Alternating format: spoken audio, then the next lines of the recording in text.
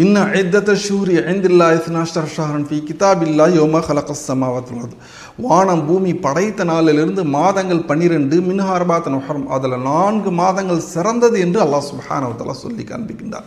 அல்லாஹ்வின் தூதர் சொல்கிறாங்க, அந்த 4 மாதங்கள் ஒன்று தான் ஷஹருல்லாஹில் முஹர்ரம், அல்லாஹ்வின் மாதமாகிய முஹர்ரம் மாதம் என்று சொல்லி காண்பிக்கின்றார்கள்.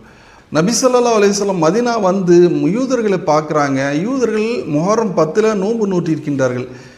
விசாரிக்கும் போது ஃபிரோன் கொடுங்கோல் அரசன் அழிக்கப்பட்டு மூசா பனி இஸ்ரவேல் மூமின்கள் காப்பாற்றப்பட்ட நாள் என்று, எனவே தான் அன்றைய தினம் ஆஷரா நோன்பு நோக்கிறோம் என்று சொன்ன உடனே நபிகள் நாயகம் ஸல்லல்லாஹு அலைஹி வஸல்லம், உங்களை விட நாங்கள் தான் அதுக்கு சிறந்தவர்கள், நோன்பு நோற்பதற்கு உகந்தவர்கள், கொண்டாடுவதற்கு சிறந்தவர் என்று அல்லாஹ்வின் தூதர் ஆஷரா நோன்பு நோக்கின்றார்கள்.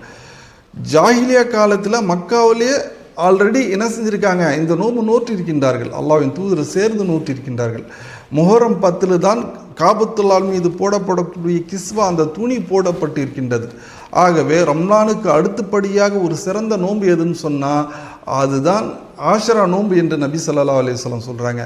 இந்த நோன்பு நோற்பதனால சென்ற வருடத்தினுடைய பாவங்கள் மன்னிக்கப்படுகின்றது என்று நபிகள் நாயகம் ஸல்லல்லாஹு அலைஹி வஸல்லம் அதனுடைய சிறப்பையும் சொல்லி காண்பிக்கின்றார்கள்.